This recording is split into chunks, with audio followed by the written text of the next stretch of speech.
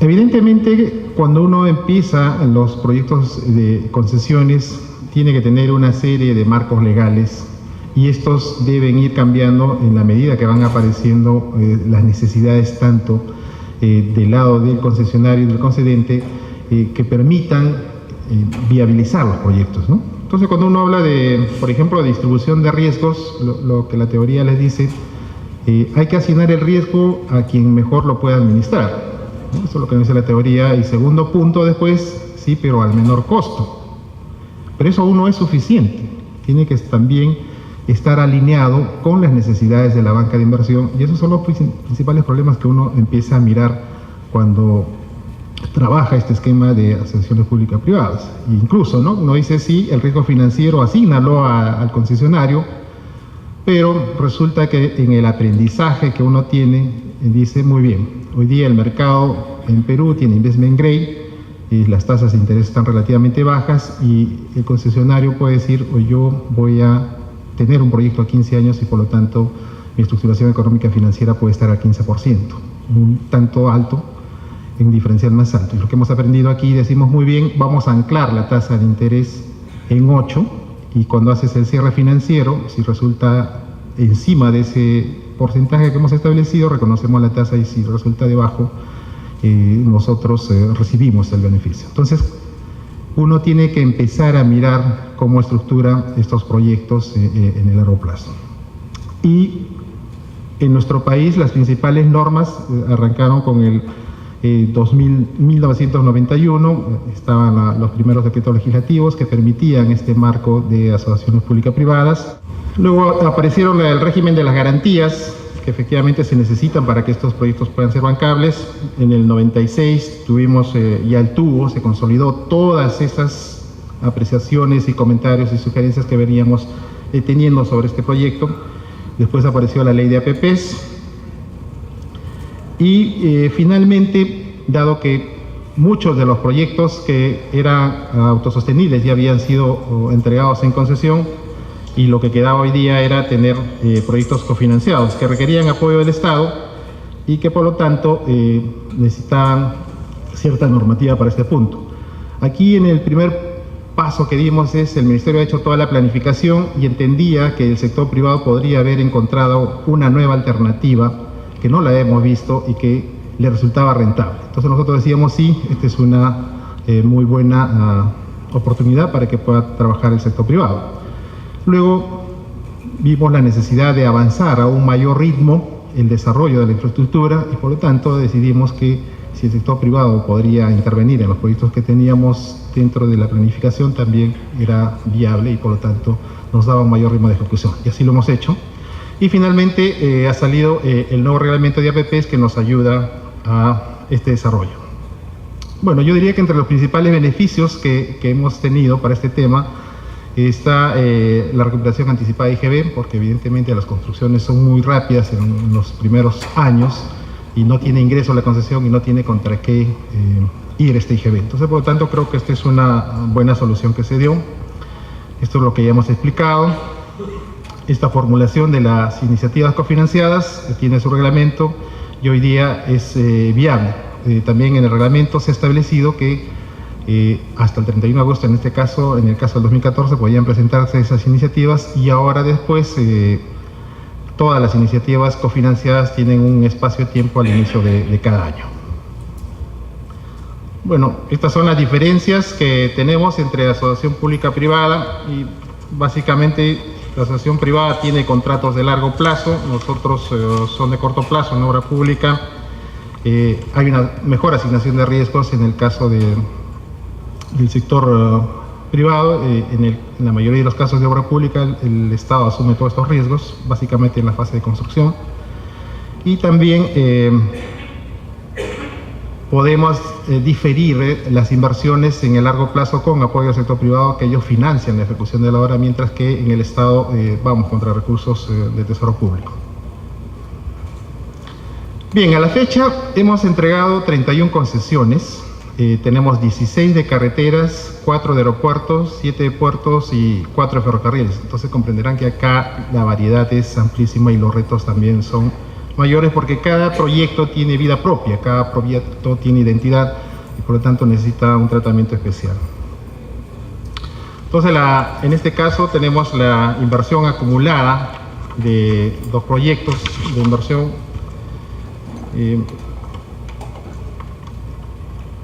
más o menos como 13.000 millones de inversión comprometida de estos proyectos, y se ha realizado a la fecha en la parte de los autosostenibles 1.500 millones y en la fase cofinanciada 3.000 millones. Entonces, estos son los avances que tenemos de estos proyectos.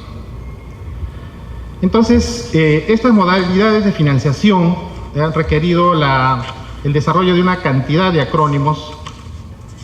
Ustedes pueden apreciar ahí pago anual por obras, pago por obras, retribución de inversión, una serie de acrónimos que permiten hacer la estructuración económica financiera dependiendo de los proyectos.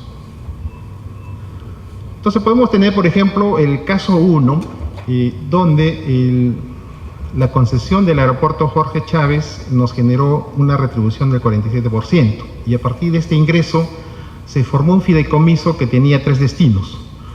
Un primer destino era para el cofinanciamiento del primer y segundo grupo de aeropuertos, y un tercer destino para el tema de las expropiaciones. Entonces aquí los estructuradores financieros les es más fácil, porque en el caso del primer grupo de aeropuertos tenían un ingreso cierto, definido y en crecimiento, porque hoy día estamos moviendo 15 millones de pasajeros año en el aeropuerto Jorge Chávez, y por lo tanto los ingresos anuales también van a esta magnitud. Y la porción que se requería para este primer grupo era mucho menor que el monto que se iba cargando al fideicomiso. Entonces, por lo tanto, una estructuración en este caso era relativamente sencilla porque los fondos estaban asegurados, y además era la porción para el mantenimiento de los aeropuertos, y el desarrollo de infraestructura era con cargo a recursos del Tesoro Público. Entonces, en este esquema digamos que el trabajo era relativamente sencillo. Luego entramos a un segundo modelo que tiene que ver con los temas de IRSA.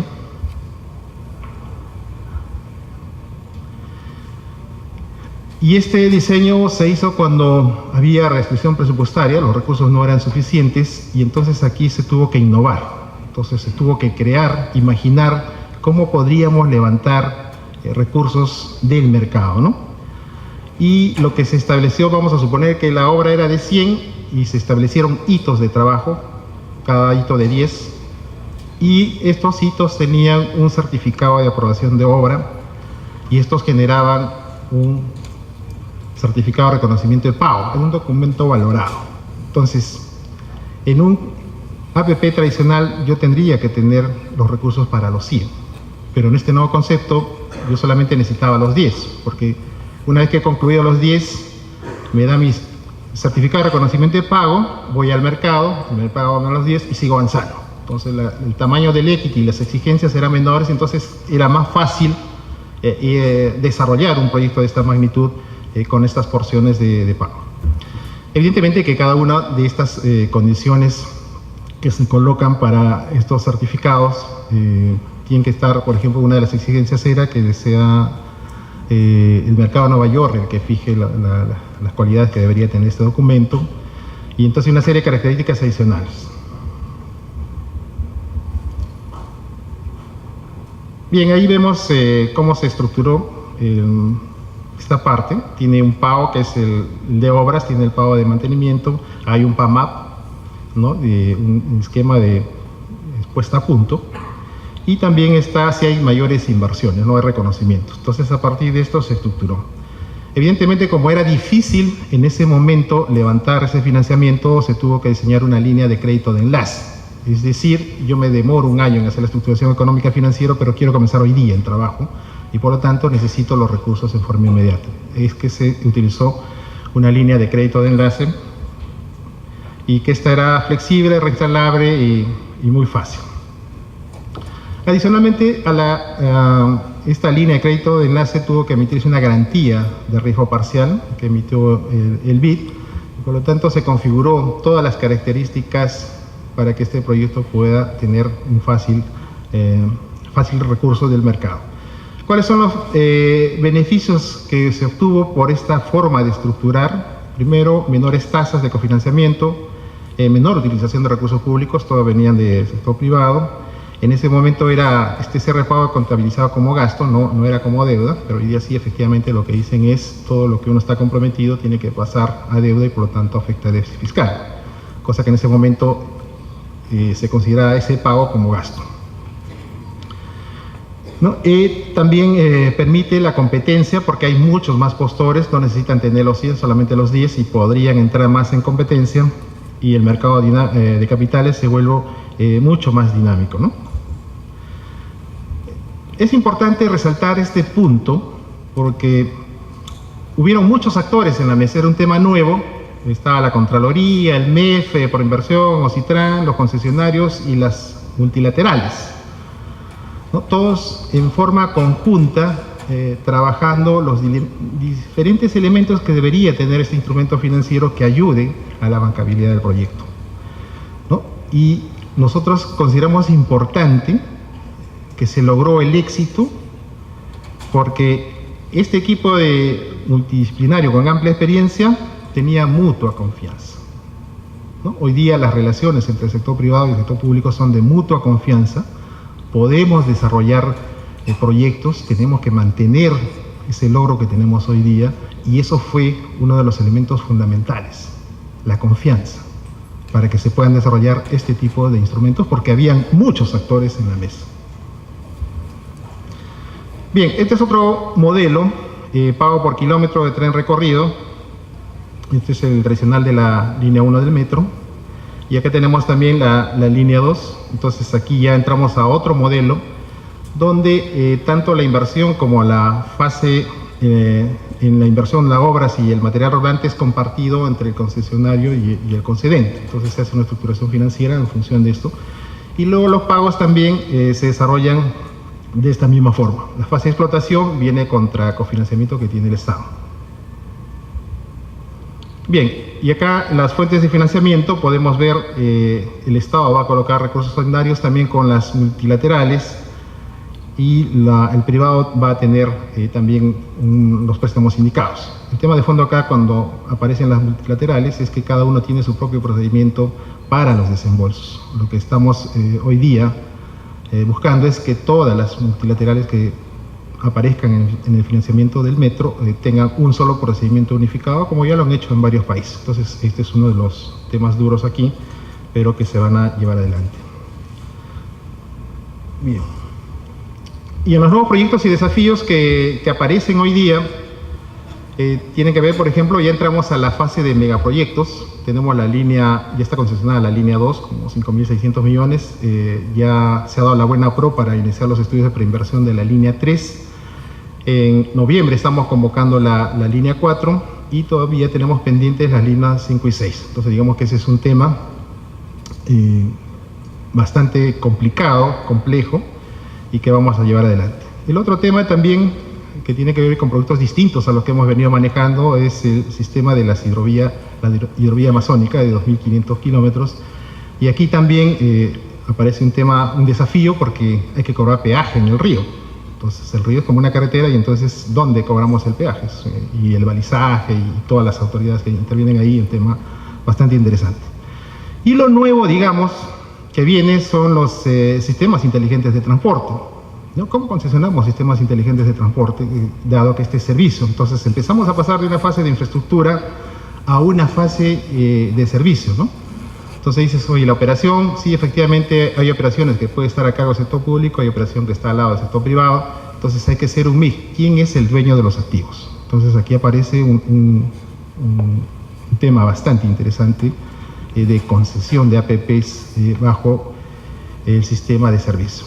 Lo mismo empieza a entrar la Red Nacional de Plataformas Logísticas y Track Center, temas nuevos también en el tema de infraestructura. Nosotros estamos acostumbrados a concesionar solamente carreteras, y qué pasa si colocamos una plataforma dentro de este esquema o un track center, ¿no? ¿Cómo se hace ese concepto? ¿Cuál es el efecto que va a tener en la concesión?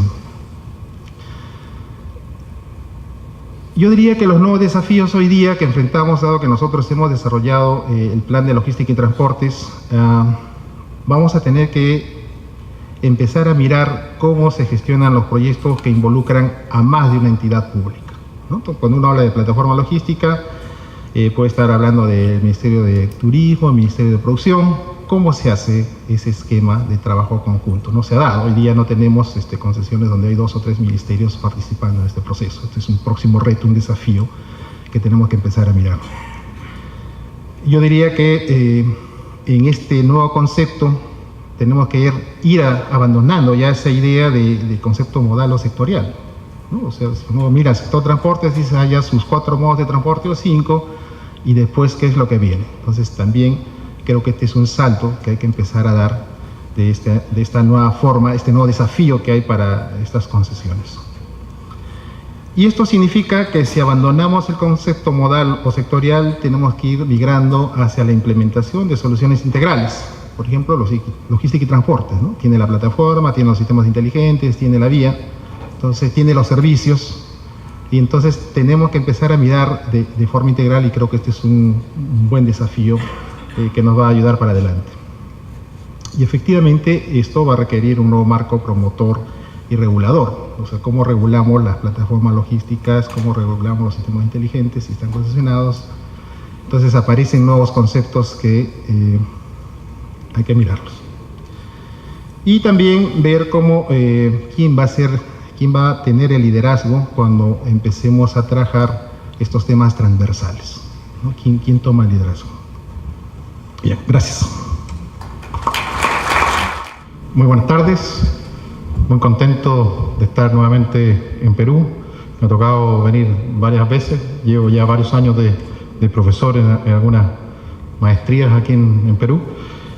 Tuve un lapso de 4 años que estuve en el gobierno, pero la verdad que fue una experiencia, ha sido una experiencia súper valiosa. Así que muy contento de poder estar acá nuevamente. Básicamente lo que yo pretendo mostrarles es, a través de la gestión de infraestructura, ver cómo ha evolucionado el tema de las concesiones y cuáles son los desafíos que esta gestión tiene para el futuro. Y por lo tanto me gustaría mostrarles a través de este contenido una breve descripción de la gestión de infraestructura, los objetivos que hemos tenido con las concesiones y fundamentalmente los desafíos que tenemos hacia adelante, fundamentalmente innovación, seguridad, cómo manejar las contingencias y, por cierto, los desastres naturales.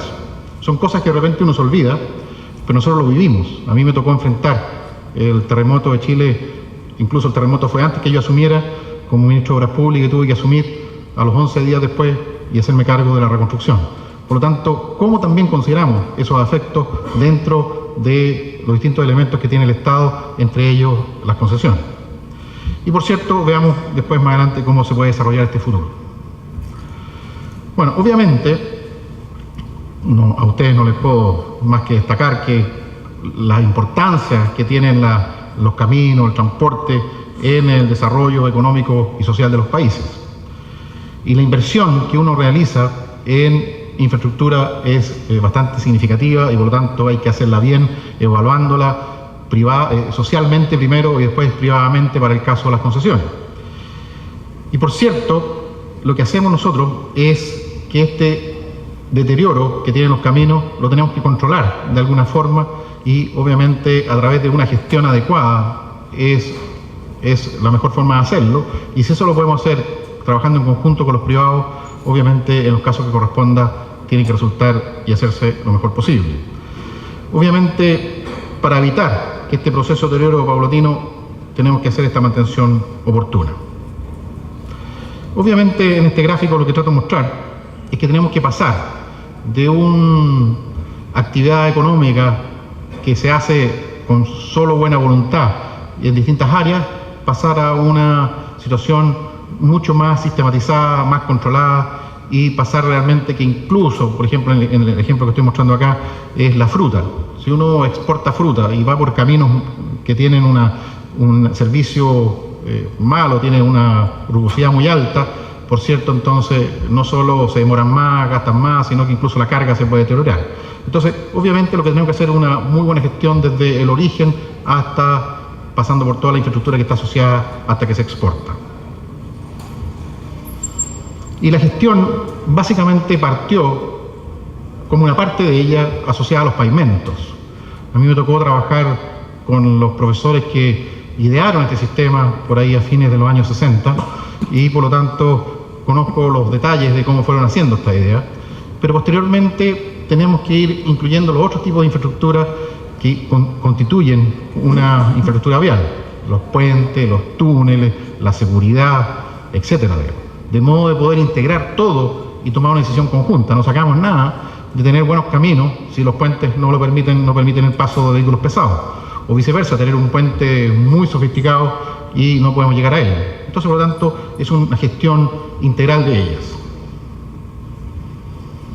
Entonces, este deterioro que se va produciendo en los caminos es el que tenemos que controlar, lo mejor desde el punto de vista económico, para que el flujo vehicular que circula sobre él tenga un beneficio de confort, de ahorro de tiempo, de ahorro de mantenciones, de ahorro de combustible, de transporte de pasajeros más rápido, etc.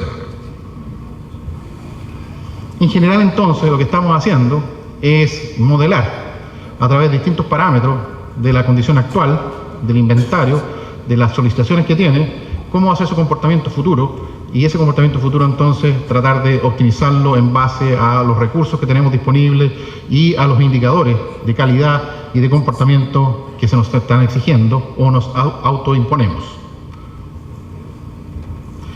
Entonces, obviamente, esta asociación público-privada, que básicamente nosotros lo llamamos concesiones, básicamente lo que tratamos de hacer es ayudar a revertir el déficit de infraestructura que obviamente atenta contra el crecimiento de los países. Estamos adelantando obras que probablemente podríamos hacer más adelante con los recursos del Estado. Pero obviamente no solo estamos adelantando, sino que también estamos permitiendo que se liberen recursos para llegar a caminos que a lo mejor, o áreas que no llegábamos antes, y por lo tanto hoy día estamos llegando a más gente que necesita nuestro apoyo, nuestra forma de realmente tengan acceso más fluido. A mí siempre me gusta comentar una experiencia personal. En un lugar muy lejano, en la cordillera en Chile, yo andaba en un camino de 20 kilómetros, demoraba 1 hora y media en auto. Barro, roca, pasar ríos, etc. Hoy día eso se demora en un bus de estudiantes 15 minutos. Entonces no solo, y eso era una zona que no tenía acceso, por lo tanto se liberaron recursos de las carreteras principales que ahora son concesionadas a zonas más lejanas. Y por lo tanto, ahora los niños que antes a lo mejor se demoraban 5 horas caminando de su casa al colegio con lluvia y barro, hoy día pasa un bus escolar y lo lleva en 15 minutos y de vuelta al colegio. Entonces, obviamente la calidad de vida de esas personas se ven beneficiadas por esta liberación de recursos que se comían las principales carreteras, que hoy día son muchas de ellas concesionadas y se liberan y se pasan a zonas más que necesitan el apoyo del Estado. Entonces, en general, los privados entonces están ayudando a financiar esta infraestructura que está deficitaria, pero tiene que ser económicamente rentable para ellos. Obviamente no pueden un privado invertir en un lugar que va sabiendo perder plata, sino que obviamente tiene que ser como lo han dicho todas las personas que han hablado antes que yo, que tiene que ser un negocio que sea rentable, atractivo, pero tampoco extraordinariamente rentable, porque obviamente hay que ponerle límites, porque son platas finalmente que pagan todos los usuarios. Entonces permite tener en un tiempo más corto esta integración social que el país requiere, tanto para aquellos que pagan por esta concesión, por esta otra liberación de recursos que va a otros lugares que el Estado debe poner. Entonces, por lo tanto, estamos con ello mejorando la calidad de vida de los habitantes de nuestro país a través de varios factores, a través de menos accidentes, de tiempos más rápidos, en el caso de lo que mencionaba, los niños que hoy día andan en buses escolares y no con los pies mojados llegando al colegio, y por lo tanto estamos obviamente ayudando a que todos superen y mejoren sus condiciones. Y también se mejora la conectividad y la relación en zona. Esta foto en particular es de una concesión del sur de Chile, al sur de Temuco, y por lo tanto permite en una zona de bastante necesidad de infraestructura lograr la interconexión entre los pueblos originarios, la gente que circula de norte a sur en el país, etcétera, una solución adecuada para esa zona. Y también pasamos de mejor estándar a caminos que realmente hoy día no lo tenían, y este sería un camino, digamos, secundario, no concesionado, que es beneficiado por los recursos que se liberan. ¿Qué desafíos tenemos? Por cierto, tenemos varios desafíos. Lo primero que me gustaría decir, y lo he escuchado ya en varias personas antes que yo, es que tenemos que ser capaces de tener una licitación de concesiones que uno se anticipe a los posibles escenarios futuros. Y solo para tener un orden de magnitud, o sea, yo creo que es re importante poner plazo en esto. Desde que se redactan las bases hasta que probablemente se empiece a colocar la primera piedra, pueden pasar 10 años. Y después la concesión dura 25 años. O sea, desde que resaltan las bases hasta que termina la concesión, pueden pasar 35, 40 años. Entonces, anticiparse a todas las condiciones que van a estar 35, 40 años adelante no es fácil. Y la probabilidad de que aparezcan cambios tecnológicos, que aparezcan necesidades en el futuro, es bastante importante, y por lo tanto yo creo que ahí están las principales innovaciones que hay que hacer en concesiones. Es decir, con toda la experiencia que tenemos en los distintos países, cómo logramos tener contratos y diseños adecuados para adaptarse a las necesidades futuras. Y cambiar el paradigma de entregar obras a entregar servicios. Realmente yo creo que tenemos que ser capaces de fijar claramente que nosotros no estamos contratando como Estado a una obra. Lo que estamos contratando es un servicio. Y el servicio hay que definirlo claramente, hay que fijarle sus estándares y hay que hacerle el seguimiento adecuado día a día. Entonces hay que buscar proyectos que se incentive la innovación. Obviamente la innovación per se hay que tener cuidado con ella, porque yo puedo innovar y puedo tener un comportamiento más malo. Lo importante es innovar para lograr un mejor rendimiento, para que haya mayor economía de escala, para que haya más seguridad para las personas, etcétera. Entonces tenemos que hacer bien el uso de las tecnologías y ver cómo podemos lograr introducir en los contratos algunos incentivos, algunas cláusulas que nos permitan ir explorando en el futuro para avanzar en ella. Yo les puedo decir, por ejemplo, que me tocó a mí enfrentar, y lo solucioné relativamente, pero no como la gente quería. En Chile tenemos dos tipos de concesiones, o varias, pero quiero referirme a dos en particular. Una, las urbanas, y la otra, las interurbanas. Las urbanas fueron posteriores a las interurbanas. Por lo tanto, se logró en las urbanas que el peaje fuera electrónico. Por lo tanto, pasa el auto, tiene un tag, lee y cobra, y además pasa por todas las concesiones el mismo tag. Y no tengo que estar cambiando el aparato por cada concesión que hay. Obviamente, eso fue posterior a las interurbanas. Y las interurbanas, no, hay barreras. Uno paga en efectivo y avanza. Obviamente los usuarios, que es el otro parámetro que me voy a referir más adelante, ya no acepta las barreras, porque ya está acostumbrado a pasar a 80 km por hora y que le cobren el peaje. Pero ¿cómo cambio en los contratos que se hicieron en el año 75, más o menos, 85, 87, ahora el modelo de negocio por el cual se adjudicó la concesión? Y le saco todas las barreras y pongo TAC. Obviamente las concesionarias no quieren, porque le estoy cambiando un pago en efectivo contra un pago que por lo menos, o lo mejor de los casos, a 30 días. ¿Y cuántos de ellos nos van a pagar? Probablemente. Tenemos casos que andan del orden del 5% que no pagan los usuarios en las urbanas. Entonces, ¿cómo le cambio eso? Bueno, finalmente lo que acordamos, y tuvieron que aceptar porque el Estado no puede imponer, fueron estas barreras que se abren a 50 km por hora. Y si no paga, lo desvía y para una caseta y paga. Pero además tiene que inscribirse y estar al día en los pagos permanentemente. El día que no paga, lo desvían, aunque tenga todo, lo sacan, digamos. Entonces, es una cosa intermedia. No le gusta mucho ni a los concesionarios, no le gusta mucho a los usuarios, pero es un avance. Entonces, por lo tanto, ¿cómo logramos, y ahí les doy dando un ejemplo, innovar para los contratos futuros y se presenten más adelante? Entonces tenemos que buscar opciones administrativas e incluso en algunos casos legislativas probablemente que nos permitan encontrar esa solución. Nosotros en general en los proyectos podemos colocar tramos testigos, por ejemplo, aprovechar una nueva tecnología y construir un tramo de 1 kilómetro con tecnología nueva para probarla y ver cómo se comporta. Apoyarse en proyectos de ciencia y tecnología, etc. Y solo algunos conceptos. A mí, como antes de ser ministro, yo era y sigo siendo ahora profesor universitario, y por lo tanto hemos hecho muchas investigaciones asociadas a este tema, y una de ellas es cómo introducimos la seguridad de la fricción, o sea, la adherencia a los neumáticos en los pavimentos en las normativas chilenas. Bueno, hicimos un estudio de 3 años y encontramos unos mecanismos, pero igual, colocarla y exigirle a las concesionarias, una vez que cambiamos la normativa, ¿cómo lo hacemos?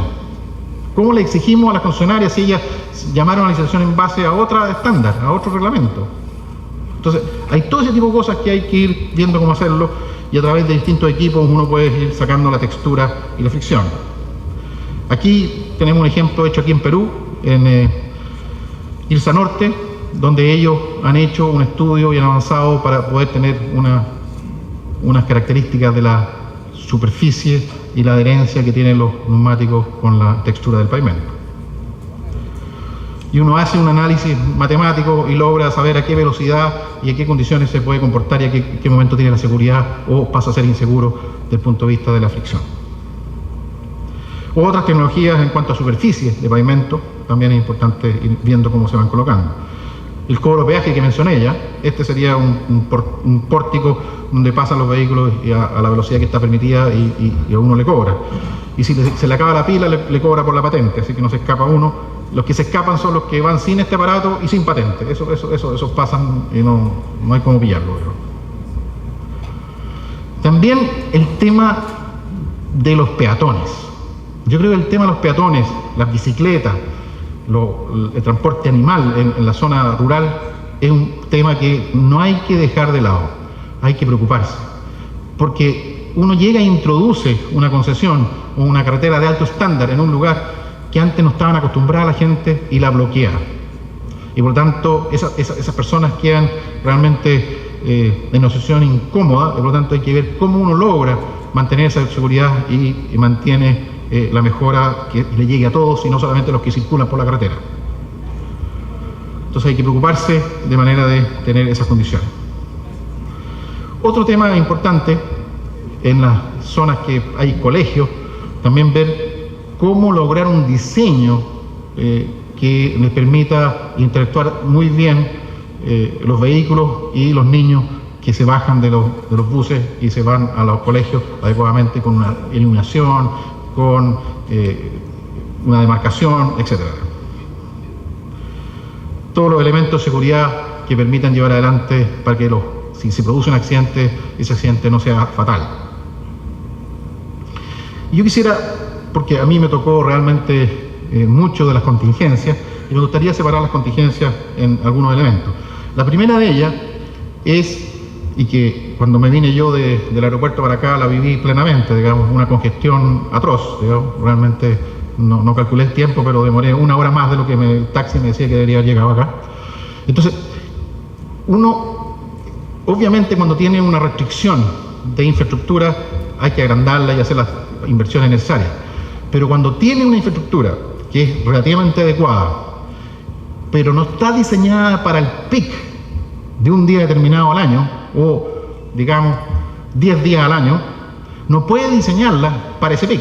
Entonces, ¿cómo hace una buena gestión para que no se produzca una congestión muy grande esos 10 días al año? Yo me acuerdo cuando era ministro, tuve una discusión enorme con las concesionarias, porque ellos decían que la única solución era agrandarlas, poner más pistas.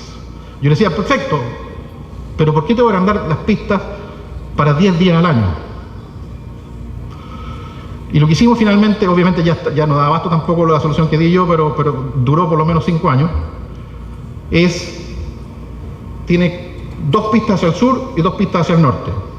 Y dejamos 3 pistas para el sur, cuando la mayor cantidad de flujo iba hacia el sur, y 3 pistas hacia el norte, cuando venía 3 pistas al norte. O sea, flexible el número de pistas en una dirección y en otra, y funcionó súper bien hasta cierta cantidad de vehículos, por cierto. Después, cuando ya los vehículos crecen, hay que obviamente hacer la inversión de la infraestructura. Entonces, hay que buscar, no solamente a través de la inversión, buscar soluciones, sino que también a través de una buena gestión de los puntos críticos de una red. Y obviamente los desastres naturales, una cosa que nadie quiere, pero que aparecen.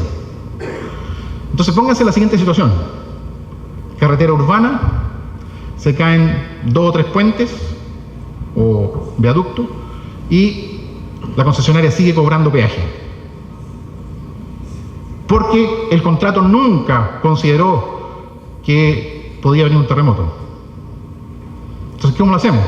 ¿Cómo le explicamos a la gente que tiene que pagar peaje pero no puede andar casi? Gracias a Dios, después de una conversación con los concesionarios, logramos ponernos de acuerdo, pero por la buena voluntad de ellos, a decirles: señores, ustedes no cobran peaje hasta que vayan subiendo estándar, van subiendo el estándar y vamos con... Es decir, ahí está el ejemplo claro que se estaba pagando por hora y no por servicio. Si hubiéramos estado cobrando por servicio o pagando por servicio, no habría ninguna duda de que no se pagaba porque no se estaba dando servicio. O era un servicio deficiente y por lo tanto había que pagar una tarifa más barata. Entonces, son elementos importantes a tener presentes. Obviamente, son elementos que van pasando y hay que ponerse al día. Ustedes también tienen acá, por cierto, daños de alguna naturaleza, lluvias torrenciales que pueden cortar los caminos y por lo tanto, ¿qué hacemos ahí? Y si tiene peaje, ¿qué hacemos? Bueno, obviamente, parece que estamos, ¿no? No importa, estoy llegando cerca ya. Obviamente tenemos que ver cómo integramos los distintos componentes de la infraestructura en una buena gestión. También viene el tema de la gestión de activos.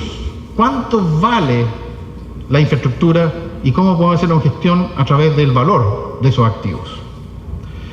¿Para qué decir la sustentabilidad? ¿Cómo consideramos tanto la sustentabilidad ambiental como la sustentabilidad en el tiempo de nuestra infraestructura? ¿Cómo nos relacionamos con las comunidades? Yo no sé, me imagino que yo he leído en el diario aquí hartas cosas, pero las comunidades cada día están más empoderadas. Entonces, ¿cómo las hacemos integrar en el proceso de diseño, de adjudicación y de mejora de los proyectos? Y aquí yo también terminé siendo ministro de Minería, así que también conozco bastante el tema de las comunidades, especialmente en el norte de Chile. Y por lo tanto, ¿cómo la participación de las comunidades puede mejorar un proyecto siempre que se le permita el espacio para poderlo hacer? Y no, como a veces uno percibe, que se les pregunta solo para decir que se les preguntó. Pero la verdad que no estamos considerando su opinión. Y eso yo creo que es malo. Lo que tenemos que hacer es justamente las personas que se vean afectadas, escuchar su opinión y tratar de mejorar el proyecto en las dimensiones que sea factible de hacer, porque a veces las solicitudes son bastante más altas de las expectativas que se tienen, pero por lo tanto ahí hay un trabajo que hacer.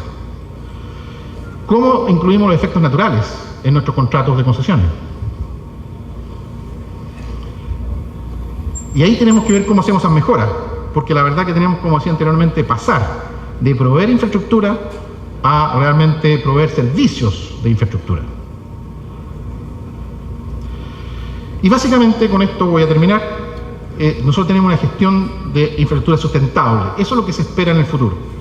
Es decir, que considera factores sociales, por cierto los técnicos, los económicos, los políticos, los institucionales y por cierto los ambientales, que en forma integrada nos permiten llevar adelante un determinado proyecto y la gestión de él.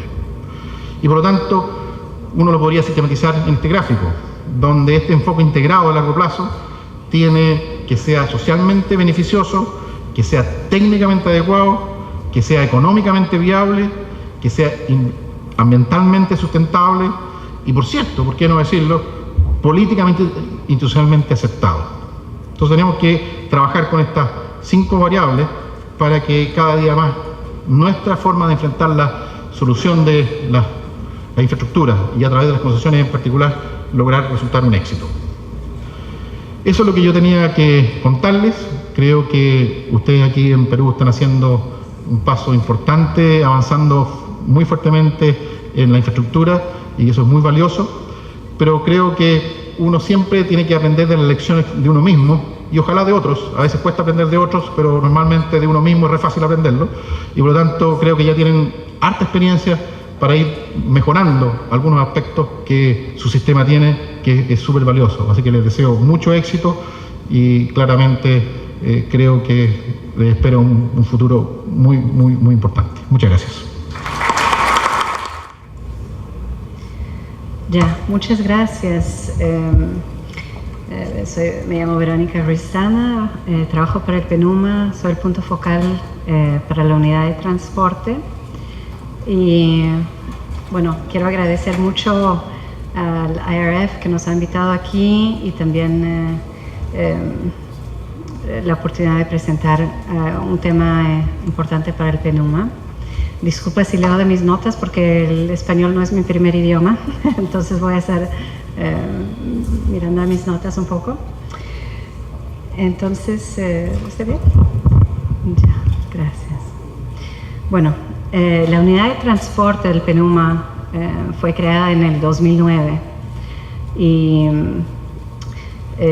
la prioridad fundamental para la unidad de transporte del PENUMA, del Programa de las Naciones Unidas para el Medio Ambiente, es apoyar a los países a poner en práctica políticas para transformar su sector de transporte, para convertirse en un transporte sostenible, para mejorar la calidad del aire y el cambio climático. Entonces, esta conferencia sobre la infraestructura vial en la región de Latinoamérica y el Caribe incluye áreas de prioridad para el PENUMA, la contaminación atmosférica, el cambio climático y la seguridad vial. Hoy voy a presentar sobre una iniciativa del PENUMA, de la unidad de transporte, que se enfoca en el diseño de carreteras y las finanzas de seguridad vial, la sostenibilidad y la accesibilidad, que nuestro colega aquí, Hernán, tocó algunos de los temas que voy a conversar, el tema de los peatones, los ciclistas, un poco el tema de la congestión.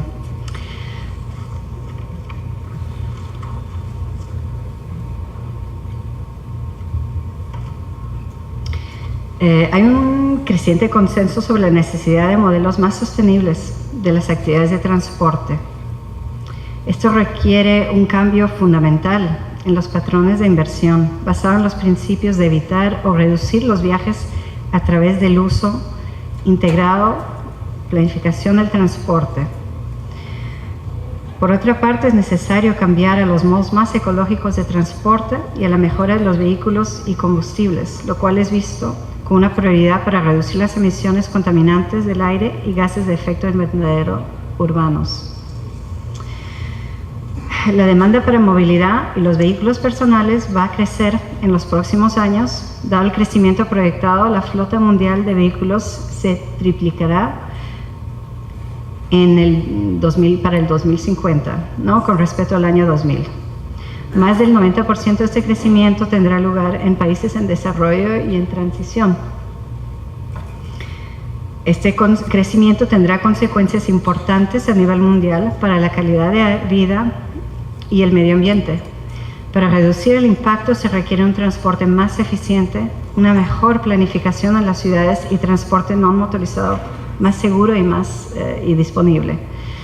De hecho, estudios predicen que para el año 2050 alrededor de 100 millones de muertes prematuras causadas por problemas respiratorios de salud vinculadas a la contaminación de aire podrían evitarse a través de medidas tales como los vehículos de baja emisión.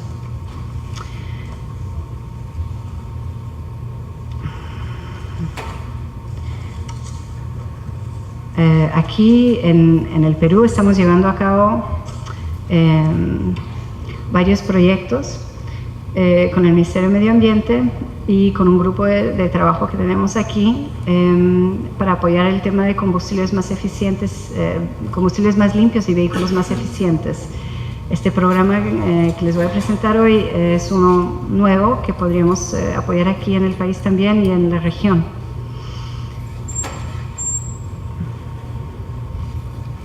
El tema de los principales desafíos aquí, la organización que hemos hablado,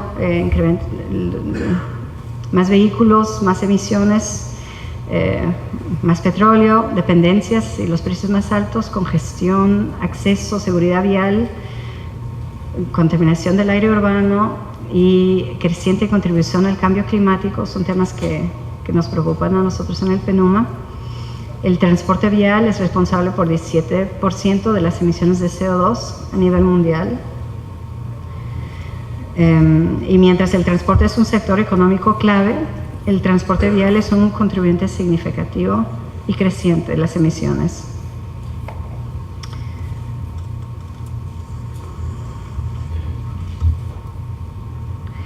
Entonces, el enfoque del PENUMA para el transporte sostenible se basa en una estrategia de evitar, cambiar y limpiar, que ya es muy reconocido, ¿no? Entonces, evitar emisiones provenientes del transporte mientras se continúa facilitando la movilización de las personas y bienes y la información. Cambiar hacia el cambio de medios de transporte que gastan más energía y son dañinos al ambiente por medios de transporte menos contaminantes y más eficientes. Y limpiar, reducir sus impactos, haciendo que el transporte sea más limpio mediante el uso de tecnologías políticas y sistemas de planificación. Tenemos 5 campañas principales en la unidad de transporte del PENUMA. La primera es la eliminación de la gasolina con plomo, que ya para Latinoamérica y el Caribe, ya por suerte ya hemos terminado con eso, pero hay 6 países todavía en el mundo que estamos enfocando. La segunda campaña es reducir la contaminación de materia particulada por medio de combustibles y vehículos más limpios. Y como había mencionado, aquí en el Perú ya tenemos un programa desde el 2012 donde estamos trabajando en eso. Y justo esta semana vamos a presentar al Ministerio de Medio Ambiente unas recomendaciones para unas nuevas normas estándares sobre estos. El otro es vehículos y cambio climático, la economía de combustibles de automoción, la inversión en infraestructura vial de transporte no motorizado y tránsito rápido. Entonces, los programas claves que tenemos de apoyo incluyen la movilidad no motorizada, la iniciativa que se llama Compartir la Calle, transporte público, la Alianza para Combustibles y Vehículos Limpios y la Iniciativa Mundial para el Ahorro de Combustibles. Entonces, estos son programas a nivel mundial que promueven un cambio de paradigma hacia un uso menos intensivo del automóvil y la transición hacia vehículos y combustibles más limpios, especialmente en los países en desarrollo y en economía en transición, que están lidiando con la contaminación atmosférica y el aumento de los costos de energía. En la parte del Perú tenemos proyectos a nivel nacional también en Jamaica, Costa Rica, Guatemala, Paraguay, Uruguay, en Chile, o sea que en varios países. Sí, pues. Latinoamérica y el Caribe está avanzando en el tema de calidad de aire, ya con la Asamblea de Medio Ambiente de las Naciones Unidas, también que tomó una decisión de calidad de aire en el mes de junio. El Plan de Acción Regional de Latinoamérica y el Caribe va a apoyar en el tema de contaminación atmosférica y el PENUMA también va a apoyar a implementar este plan de acción, ya que es una amenaza para la salud pública y el medio ambiente, con más de 100.000 millones de personas en América Latina expuestos a niveles de contaminación de aire. Entonces, el programa de Compartir la Calle Es una iniciativa conjunta del PENUMA y la Fundación para el Automóvil en la Sociedad y una lista creciente de organizaciones asociadas. El transporte, la movilidad no motorizada es también el modo más asequible para la mayoría de los habitantes urbanos, pero estos usuarios carecen de una infraestructura segura y por lo tanto son afectados de manera desproporcionada en accidentes de tránsito, especialmente en los países en desarrollo. Ni el transporte bajo en carbono ni la seguridad vial se pueden lograr a menos que la movilidad no motorizada se tome plenamente en consideración. El objetivo de este programa es una de las agendas finalizadas a combatir el cambio climático, mejorar la seguridad vial, reducir la pobreza mediante una mejor accesibilidad, incrementando las inversiones en infraestructura para movilidad no motorizada. Cuando las infraestructuras adecuadas están disponibles para peatones y ciclistas y se integran plenamente a un sistema urbano más grande de transporte masivo, el uso de modos de no motorizado puede ser optimizado para el beneficio de todos los ciudadanos. Entonces, son tres los temas que son importantes dentro de este programa. El medio ambiente, con el transporte vial, representa 19% de las emisiones mundiales de CO2. La movilidad no motorizada, caminar y andar en bicicleta son modos de transporte intrínsecamente limpios. No emiten sustancias nocivas para el medio ambiente y ofrecen una victoria fácil en la lucha contra el cambio climático. Pocos métodos para reducir las emisiones de carbono son tan eficaces como la sustitución de la bicicleta para el automóvil en viajes cortos. En las ciudades esto es aún más debido al mayor consumo de emisiones por kilómetro. La seguridad vial. Más de 130,000 muertes en carreteras ocurren cada año, 46% de las muertes por tránsito en el mundo. Para el año 2020, los accidentes de tráfico van a matar e incapacitar más personas que la guerra, tuberculosis. Y las carreteras más seguras son necesarias para reducir los costos económicos y sociales.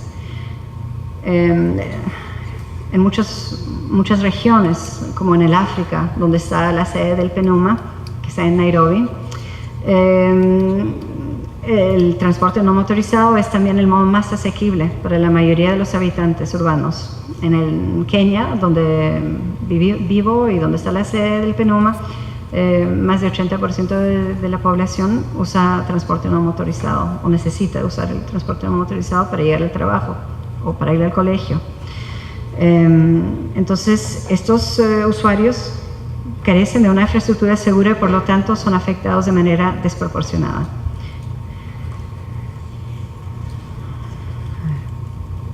Accesibilidad, que también el señor Hernán estaba tocando ese tema. La inversión en carreteras bien diseñadas en infraestructura para no motorizado es necesario para el acceso a los mercados, educación, empleo, salud. Enormes ahorros son posibles mediante la reducción de los altos costos económicos de la contaminación del aire urbano. Entonces, las iniciativas de transporte no motorizado tienen el potencial de reducir la intensidad de carbono del transporte urbano y rural y al mismo tiempo ofrecer alternativas de transporte a bajo costo. Beneficios de inversión a la infraestructura no motorizada. Miles de millones se invierten en proyectos de carreteras urbanas, pero la movilidad no motorizada y cuestiones de medio ambiente, seguridad, accesibilidad continúan siendo relegadas. Aquí, ya como ven, hay beneficios en términos de medio ambiente, accesibilidad, seguridad, en invertir en la infraestructura de transporte no motorizado. Los objetivos de este programa de compartir la calle, compartir el camino,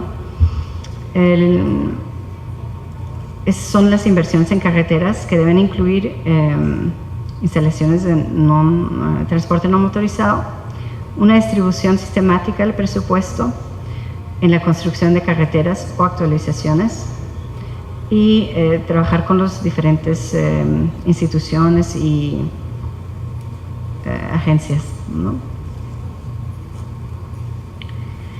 El enfoque inicial para esta iniciativa de compartir la calle, el camino, empezó en el África. Primero porque es la región en el mundo que más necesita este apoyo, y también porque la sede del PENUMA está ahí en África, entonces es mucho más fácil para nosotros estar ahí trabajando con los países en el África. Empezamos primero con actividades operativas.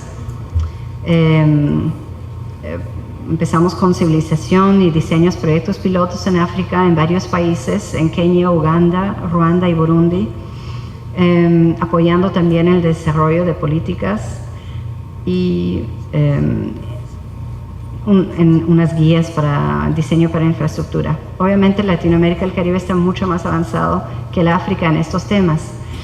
Entonces es una muy buena oportunidad para también una cooperación sur-sur entre Latinoamérica y el Caribe y el África, y eso sería algo interesante también, ver cómo podemos desarrollar esa cooperación entre los diferentes países. Entonces, después, bueno, hemos empezado con actividades normativas y el desarrollo de herramientas, y estas actividades nos han llevado a entender que es necesario enfocarnos sobre financiación dedicada para infraestructura de transporte no motorizado. Entonces, en el 2013, el 2014, empezamos un movimiento hacia la expansión, tanto geográficamente también, a otras regiones, al Asia, y ahora vamos a ver si en Latinoamérica y el Caribe esperamos, también como en términos de proyecto hacia actividades normativas, el desarrollo de herramientas. Aquí pueden ver unas carreteras en el África y también en Colombia, ¿no? El cambio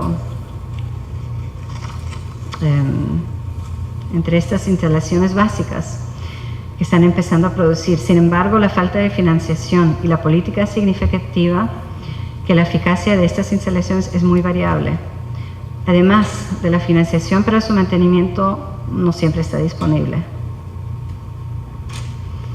Este es, por ejemplo, un proyecto piloto que llevamos a cabo en Kenia, que es la Avenida de Naciones Unidas, donde antes no había vías para los peatones ni los ciclistas, y ahora sí ya hay una vía muy, muy bonita. Lo único es que no existe la financiación para el mantenimiento. O sea que estamos trabajando en el tema de políticas, pero también tenemos que apoyar en el tema de financiación para no solamente el desarrollo de estas vías, pero el mantenimiento dedicado para esto.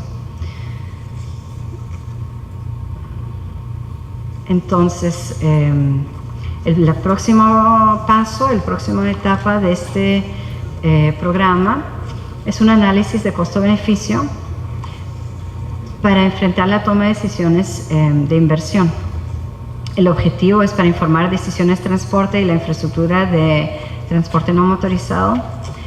Esto lo vamos a hacer a través de revisión de literatura, de estudios de evaluación y también un informe de estudio de casos sobre transporte no motorizado en ciudades en Latinoamérica y el Caribe. Una de las ciudades es la Ciudad de México, pero queremos ver cuáles otras ciudades también podrían ser interesantes y tal vez cuáles tendrían interés de integrarse dentro de este estudio.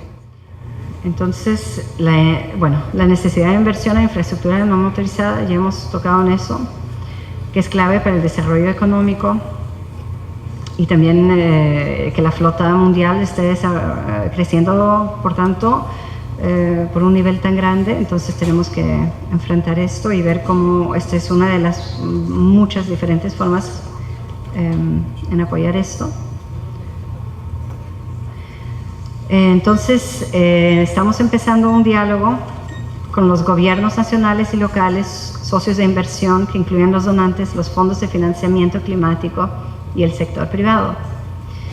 Entonces, quisiéramos formar un grupo de trabajo para diálogo sobre este desarrollo de métodos innovadores de financiación para los servicios de transporte no motorizado. Ya estamos empezando en el África y queremos ver cómo podemos empezar aquí en Latinoamérica y el Caribe también. el objetivo sería desarrollar una iniciativa aquí también. ¿Ya? Porque el financiamiento para el transporte no motivado es aún insuficiente, y mientras que el apoyo del gobierno para las emisiones es parte integral de su progresión, también hay mucha necesidad de explorar las barreras y los controladores correspondientes de financiación alternativa. Creo que ya casi estoy. Entonces, estas son, digamos, unas preguntas que tenemos para ver si podemos seguir adelante aquí en la región, ¿no? ¿Cómo consideran la infraestructura de transporte no motorizado como una forma de inversión? ¿Cómo se puede incorporar el transporte no motorizado, o mejor dicho, la movilidad no motorizada, en las decisiones y prácticas de transporte urbano? Es decir, a través de asociaciones público-privadas. ¿Qué lecciones y procesos se pueden compartir entre Latinoamérica, el Caribe y otras regiones? ¿Y cuáles ciudades en Latinoamérica pueden ser útiles como estudios de casos para el análisis de costo-beneficios multicriterio? Entonces, muchas gracias, y cualquier pregunta, ahí ya tienen nuestros contactos y podemos conversar. Gracias. Muy buenas tardes. Muchas gracias por la invitación. Es un agrado estar presente una vez más trabajando acá en Perú. Me han pedido que me refiera exactamente al tema que nos convoca hoy día, de que es el futuro de las asociaciones público-privadas en América Latina, particularmente a partir del balance que hicimos hoy día en la mañana. Entonces,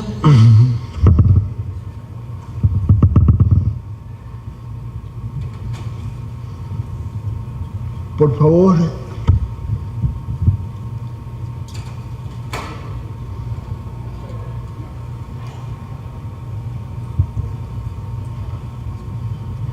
vamos a tocar tres temas principalmente.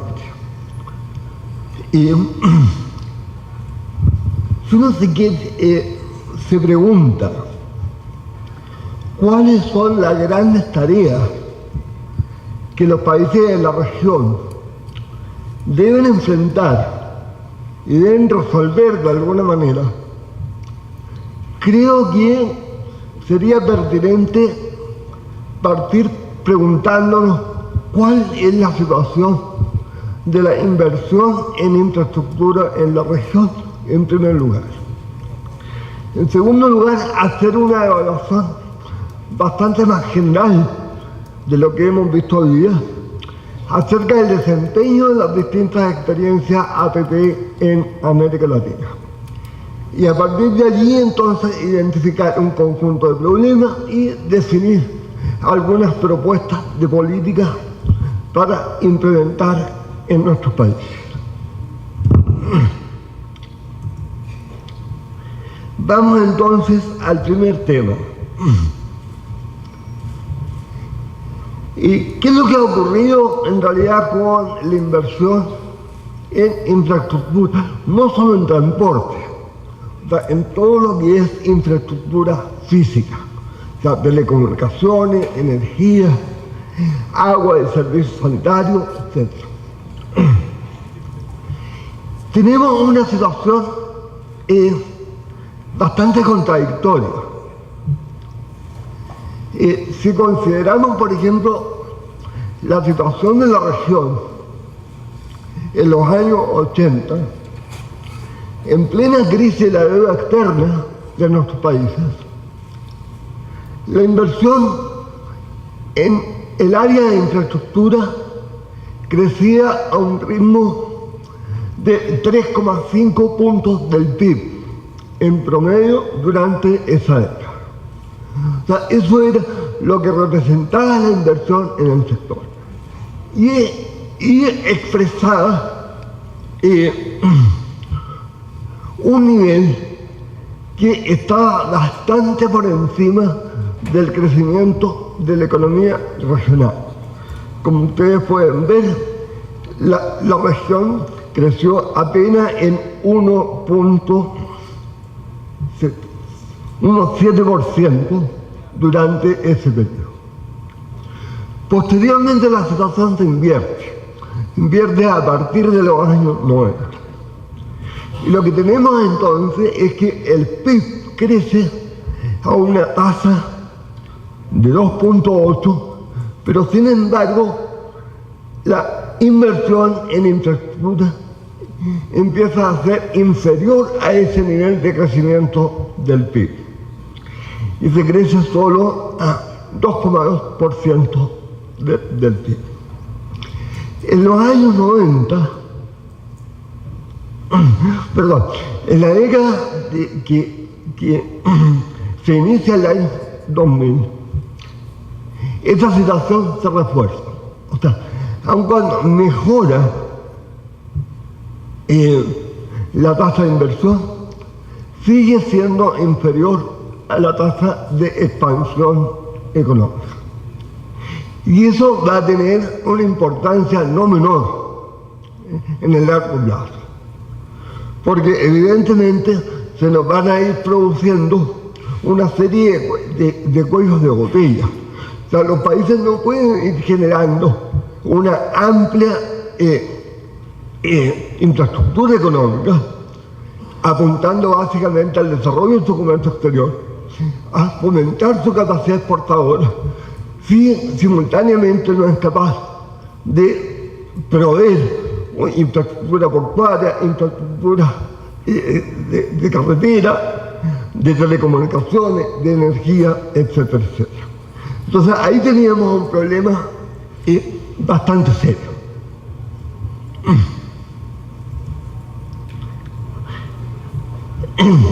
En esta gráfica ustedes pueden ver que la situación de cada subsector del área de infraestructura es distinta.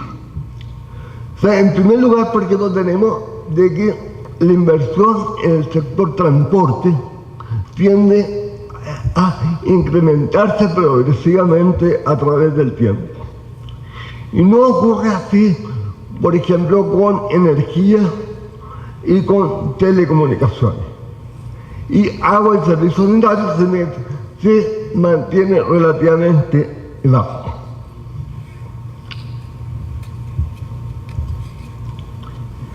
De hecho, si consideramos entonces solo el último tramo, los últimos 4 años, de 2008 al 2012, observamos que el grueso de la inversión en infraestructura ha estado dirigida al sector de transporte, con un 42% del total.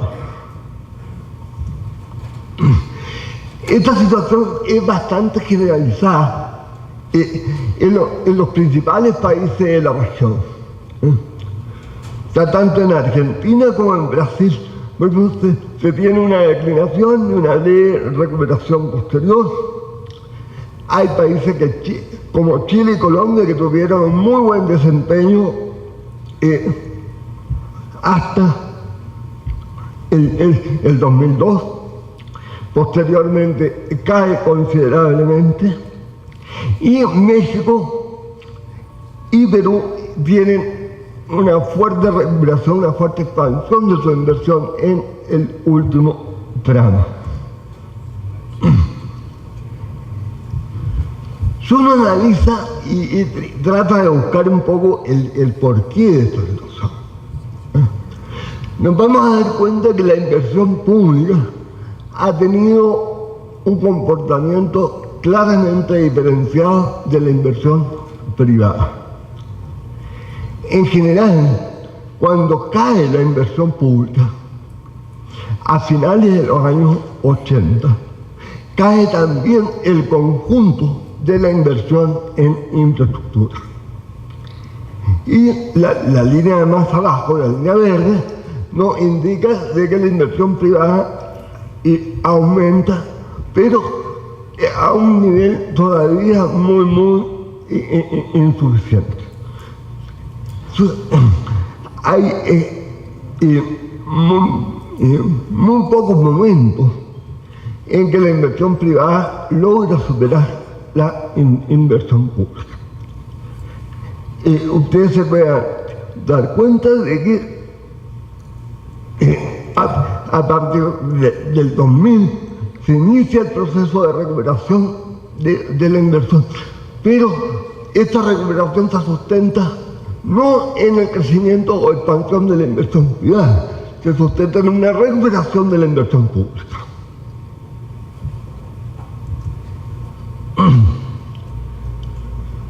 La inversión privada en general fue bastante oscilante. En esta otra gráfica ustedes pueden apreciar de que a finales de los años 90 tiene un momento de alta expansión. Y eso coincide con el proceso de las mayores privatizaciones que se produce tanto en Brasil como en Argentina y algunos otros países. Pero básicamente las cifras del año 98 se explican por la privatización de Telebrás y de YPF en Argentina. En definitiva, si quisiéramos hacer una síntesis de este proceso,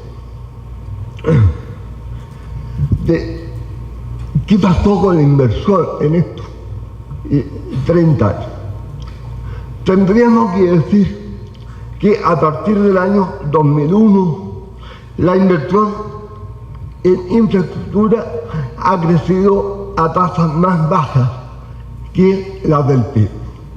Primer problema. Segundo elemento, en las últimas 2 décadas la infraestructura de América Latina y el Caribe se expandió a un ritmo mucho más lento que en otras regiones, sobre todo si comparamos la situación de América Latina con los países del sudeste asiático, que es nuestro punto de referencia esencial. Tercera conclusión que uno puede extraer del comportamiento de estos datos es que la inversión privada no ha logrado compensar la disminución de la inversión pública. Esto obliga entonces a repensar las modalidades de financiamiento de la infraestructura en América Latina. Y algunos de nuestros países así lo han ido entendiendo. Y es por eso que la recuperación que se observa en la última parte del ciclo contempla una fuerte reactivación de la inversión pública. Cuarto elemento, hay que considerar también de que la participación privada no es exactamente demasiado popular en todos los países de la región.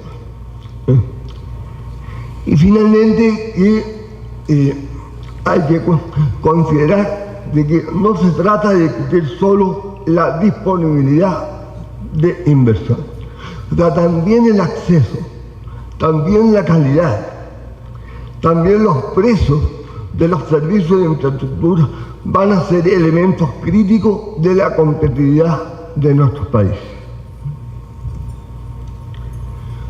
¿Cómo podemos reducir esa brecha? No. Claramente debemos asumir una serie de elementos que están puestos sobre el tapete. El primero es que la tasa de inversión que hemos tenido y estamos teniendo es claramente insuficiente, permitiendo solo tareas de conservación de la infraestructura. Segundo, lo acabo de decir, la inversión privada no ha logrado sustituir a la inversión pública, y los países que lograron incrementar su tasa de inversión son aquellos que mantuvieron altos niveles de inversión pública, abriendo simultáneamente espacios a la inversión privada. O sea, aquí no se trata de sustituir inversión pública por inversión privada o inversión privada por inversión pública.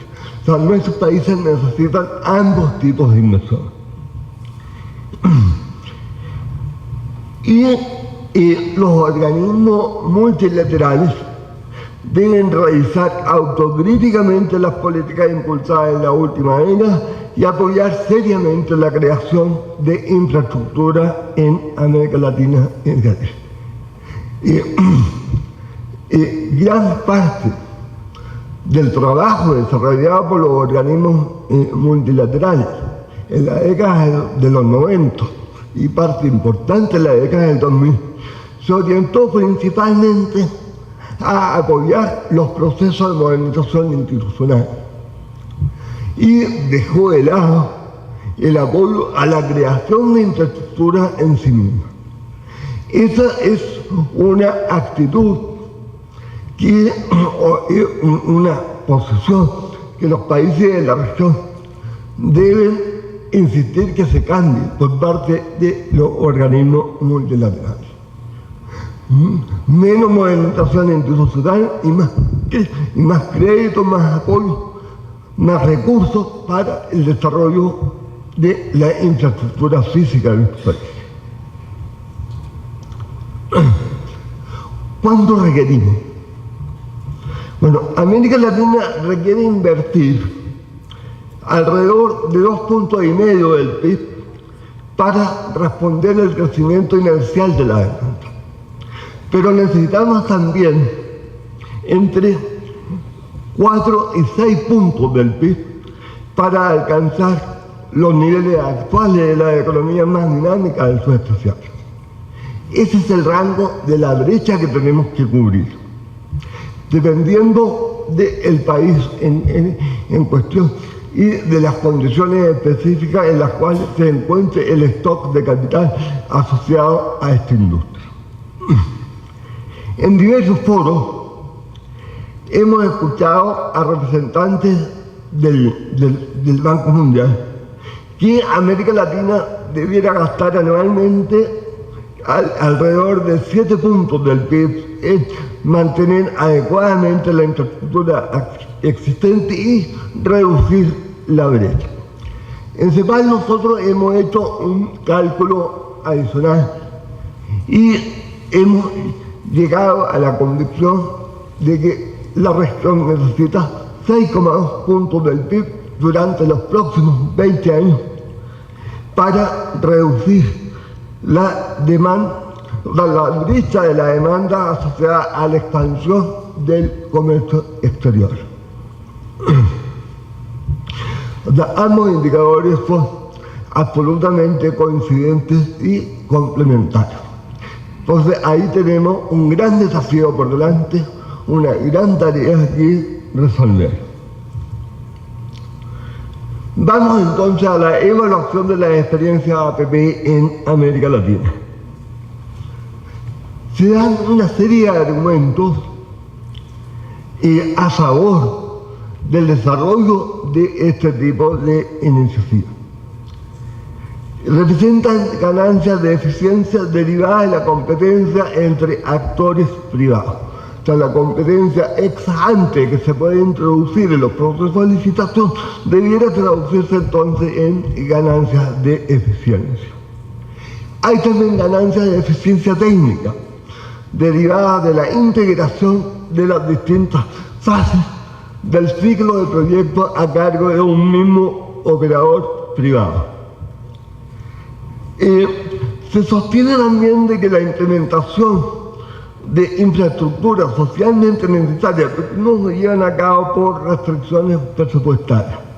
O sea, por lo pronto hay determinados proyectos que por las condiciones fiscales los países no han podido implementar y que mediante este mecanismo sí podrían desarrollarse.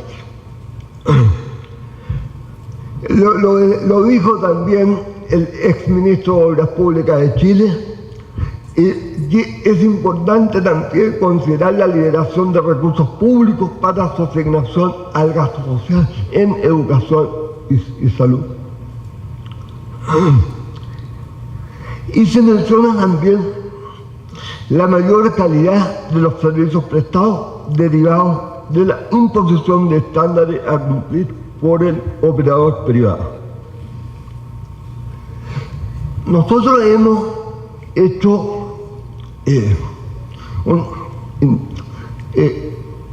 profundo análisis de diversas experiencias en un libro que escribimos junto con José Luis Bonizás, quien expuso hoy día en la mañana.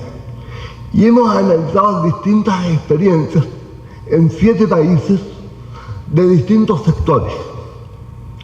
Y hemos llegado a una serie de conclusiones, tanto en términos de las fortalezas como de las debilidades que hemos identificado en el análisis de estos casos.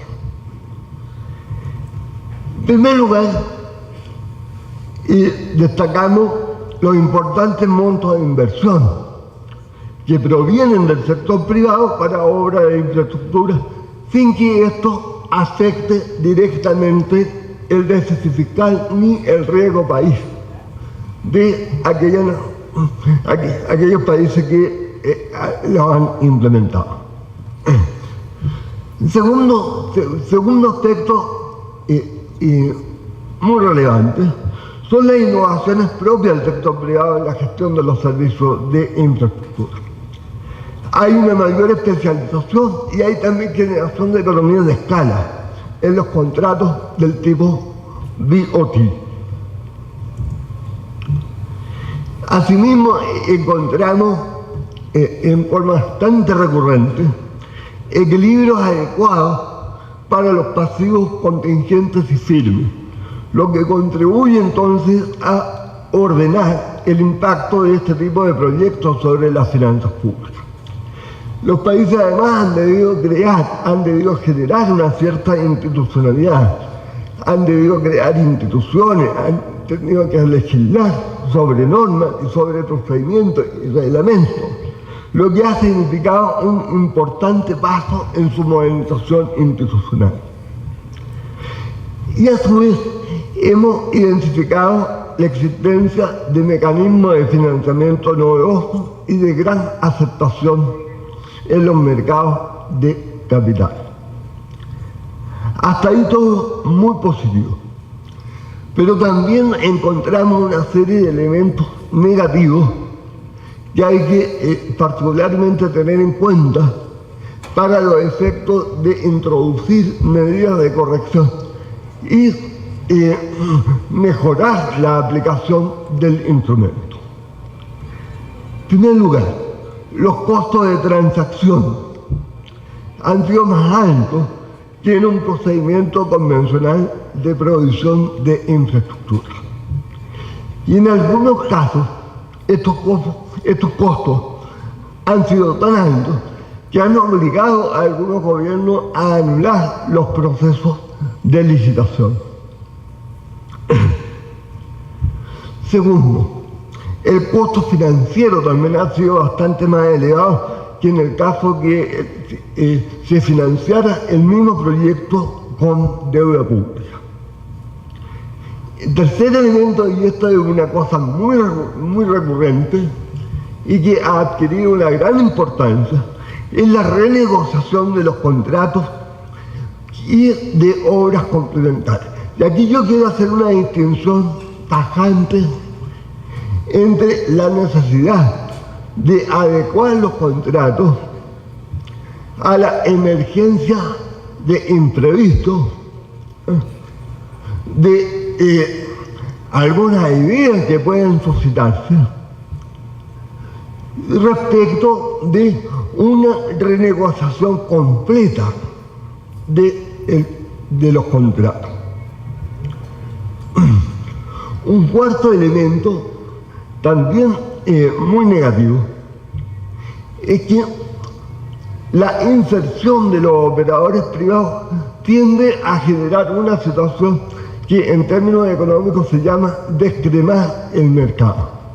O sea, quedarse con el segmento del mercado que es más rentable. Y lo que no es rentable, entonces se lo dejamos al fisco. Y el quinto elemento serían los conflictos de competencia y de captura de agentes públicos por parte de los operadores privados.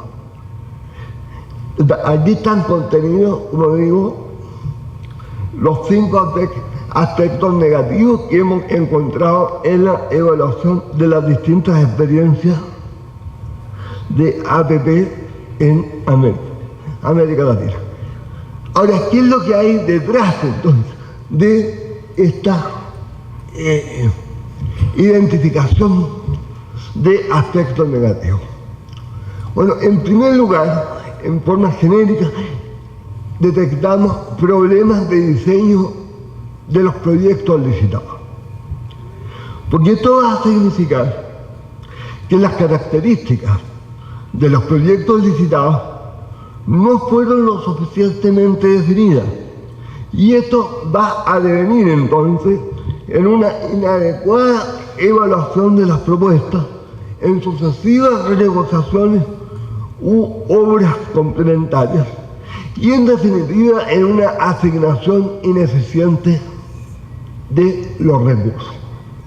Este es el primer problema entonces que está detrás de los aspectos negativos que hemos identificado. Segundo aspecto que hay que mencionar en relación con este tema son las obras complementarias asignadas sin competencia. En ese caso, la entidad licitante queda con las manos amarradas, porque ya está comprometida políticamente en la ejecución de un proyecto y termina naturalmente aceptando las condiciones que le imponga el operador.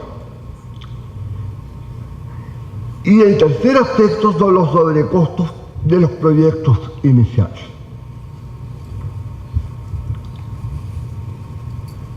Segundo gran tema que está detrás de los problemas identificados: la precariedad del ordenamiento institucional.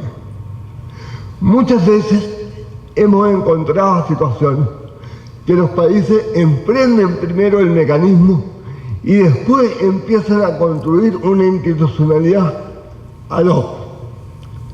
Es más, en muchos de estos países ni siquiera alcanzan a terminar ese proceso de construcción institucional, lo cual evidentemente va generando una situación de precariedad absoluta de la gestión pública del proceso y de la inclusión de la participación del agente privado en este proceso. Esto va a generar entonces problemas en el diseño del marco regulador y de los contratos. Cuando existe un ordenamiento institucional débil, se va a reflejar entonces en estas situaciones. Vamos a encontrar también vacíos legales muchas veces en los marcos regulatorios, y esto va a llevar a una judicialización de los contratos, y eso a la larga se traduce en tiempo excesivamente largo en la ejecución de los proyectos, incluso la paralización de los mismos. Esta misma precariedad también significa una confusión de las funciones entre los organismos del Estado encargados de la promoción del negocio, la regulación de las actividades y la fiscalización. Hoy día en la mañana escuchábamos justamente a José Luis explicando detalladamente la situación de algunos países donde se tiende a concentrar en un mismo órgano del Estado la tarea de promoción del negocio con la tarea de la fiscalización y la regulación. Y finalmente esta precariedad se va a reflejar en la existencia de una cantidad insuficiente de recursos humanos y de formación también precaria. O sea, personas que no se prepararon suficientemente bien, que el Estado no las ha preparado, no las ha capacitado para ejercer sus funciones en este nuevo contexto de relaciones público-privadas. Finalmente, como tercer área de problemas que están detrás de los aspectos negativos que identificamos, podemos señalar las conductas oportunistas del concesionario. Esto se va a reflejar en renegociación de tarifas o remuneraciones o de aportes fiscales o de extensión de la concesión en condiciones no Pareto óptimas, que a la larga conduce a una disminución del bienestar social. Y por cierto, esto va asociado particularmente a la captura del licitante. Y otro aspecto va a ser en relación a la conducta oportunista del concesionario, la presentación de ofertas sobre bases muy optimistas. Me ha tocado conocer proyectos, por ejemplo, que plantean o suponen un crecimiento de la demanda del orden del 7% anual durante un periodo de 20 años. Que yo sepa, eso se está produciendo en China, pero no en ningún país de América Latina. Entonces, bueno, cuando actuamos y aceptamos proyecciones de tráfico o proyecciones de ingresos irreales, estamos indudablemente induciendo una renegociación posterior en condición monopólica y con el licitante cautivo. O sea, el licitante nuevamente con las manos amarradas. Ahora, esta misma situación va a significar la exclusión de competidores más eficientes, pero que pueden postular con un precio real. Y tan real que pierden entonces la licitación. Y esto se traduce entonces en prácticas de competencia desleal. Por otro lado, como lo indica también un documento de la CAF que se refiere a este tema, tenemos un efecto llamada en futuras concesiones. O sea, si ya sabemos que el Estado va a renegociar los contratos, bueno, ¿para qué molestarnos en presentar entonces una oferta seria? Entonces, al final, todos los oferentes incurren en prácticas de este tipo. Y esto conduce evidentemente a una pérdida de credibilidad del mecanismo. El tema es que esos mecanismos que hay que cuidar, esos mecanismos eficientes que han sido de extraordinaria utilidad cuando han sido bien empleados por los países.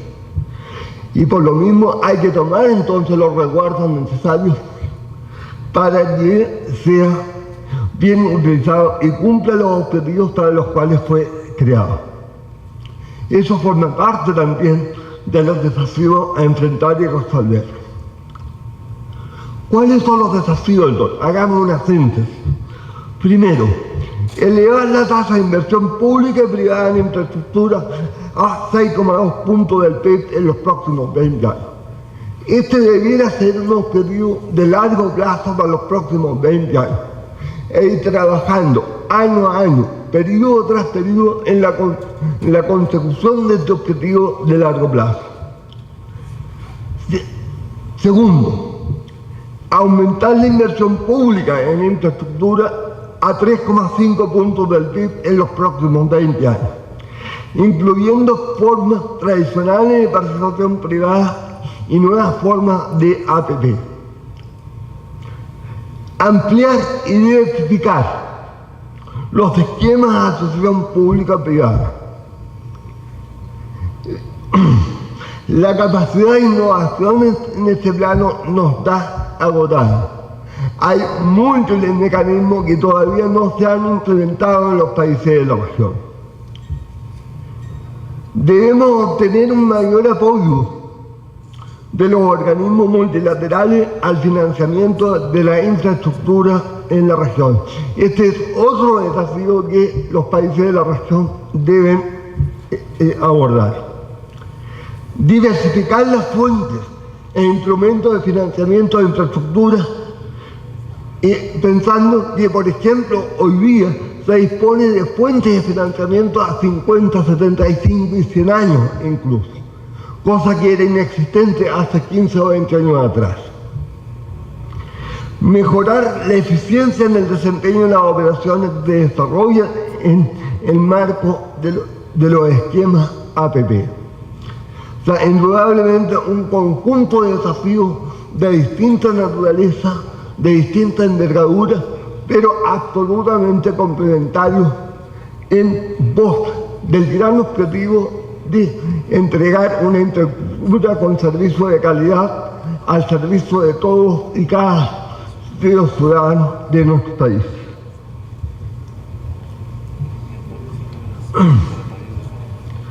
¿Cómo hacerlo? En primer lugar, mejorando el diseño y la formulación de los proyectos. Hay que trabajar, hay que formar recursos humanos, hay que capacitar funcionarios públicos en áreas como el origen del proyecto. Introducir el mecanismo de la precalificación y de los mecanismos de adjudicación. Trabajar las variables de licitación, los estándares de calidad y bienestar social, los incentivos a la calidad, asignación de riesgo y mecanismos de mitigación y la renegociación de los contratos. O sea, en estas 7 áreas, si somos capaces de lograr una buena formación, una buena capacitación, evidentemente vamos a mejorar en definitiva el diseño y la formulación de los proyectos. Segundo, necesitamos fortalecer el ordenamiento institucional de la actividad público-privada en infraestructura. Y esto va a significar esencialmente 3 cosas: la distribución de competencias, la capacidad institucional de la agencia promotora y la capacidad negociadora del poder concedente. Finalmente, mejorar los sistemas regulatorios, hoy prácticamente inexistentes en la mayoría de nuestros países, subordinados a la agencia de promoción de los negocios. Necesitamos que se establezcan organismos reguladores autónomos e independientes del Poder Ejecutivo. Debemos prever la situación de captura, esta vez no por parte del operador privado, sino que del agente político principal, que actúa administrativamente sobre el regulador. Al regulador hay que sacarlo entonces del aparato administrativo del Poder Ejecutivo y darle la autonomía y darle la independencia necesaria para que pueda desarrollar bien sus funciones. Necesitamos promover los mecanismos competitivos ex ante. La semana pasada, un ministro de Obras Públicas me planteaba que el principal problema que él tenía que resolver era justamente ese, que siempre los operadores que postulaban, ya sea a la licitación de concesiones o de obras tradicionales, eran siempre los mismos, y siempre estableciendo barreras a la entrada para el ingreso de nuevos operadores, nuevas acciones para el Ministerio. Bueno, evidentemente ahí hay un tema muy fuerte en el cual trabajar. O sea, mejorar las condiciones de competencia ex ante en los procesos de licitación. La regulación de los sistemas regulatorios, o sea, la mejoría de los sistemas regulatorios no va a ser tal, sin embargo, si esta no tiene un poder de fiscalización real, no tiene tampoco una capacidad sancionatoria efectiva. O sea, en la reformulación entonces del marco legal institucional relativo entonces a la función reguladora, esto debe quedar claramente sancionado, debe quedar claramente instituido. Poder de fiscalización, poder de sanción. Gracias por la atención.